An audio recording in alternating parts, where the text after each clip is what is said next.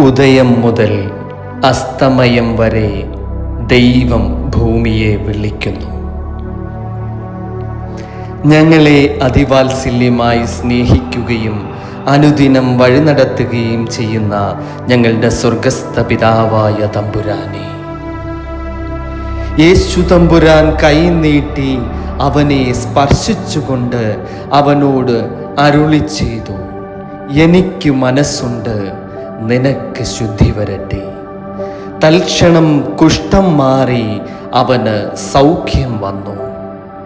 കാരുണ്യവാനായ കർത്താവേ, അവിടുത്തെ മുൻപാകെ തലകുനിച്ചു നിൽക്കുന്ന അങ്ങയുടെ ദാസരാകുന്ന ഞങ്ങളെ തമ്പുരാനെ നിന്റെ കരങ്ങൾ നീട്ടി ഒന്ന് തൊടേണമേ.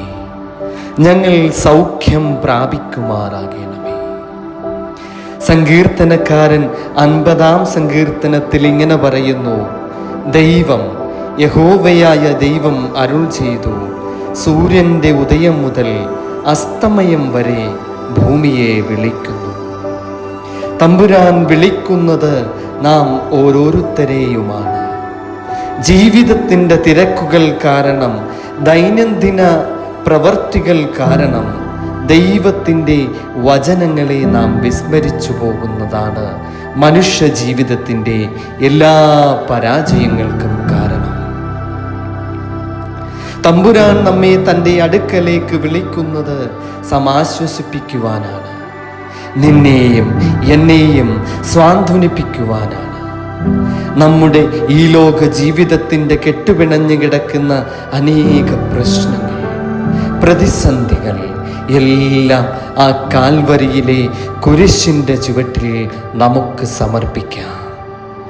ദൈവമേ, അനേകായിരങ്ങൾ ലോകത്തിൻ്റെ ഈ സമയത്തെ കാണുവാൻ ആഗ്രഹിച്ചിട്ട് തമ്പുരാനെ പല കാരണങ്ങളാൽ ഈ ലോകത്തു നിന്ന് മാറ്റപ്പെട്ടപ്പോൾ, അടിയങ്ങൾ തമ്പുരാനെ നിന്റെ കൃപയൊന്നു മാത്രമാണ് അടിയങ്ങൾക്ക് വേണ്ടിയുള്ള ഈ നിമിഷമെന്ന് ഞങ്ങൾ പൂർണ്ണമായി വിശ്വസിക്കുന്നു. ആ വിശ്വാസ സ്ഥിരതയോടുകൂടി തമ്പുരാനെ ജീവിതം മുൻപോട്ട് നയിക്കുന്നു. കർത്താവേ, ഞങ്ങളുടെ പ്രാർത്ഥന കേട്ടതിനായിട്ട് സ്തോത്രം.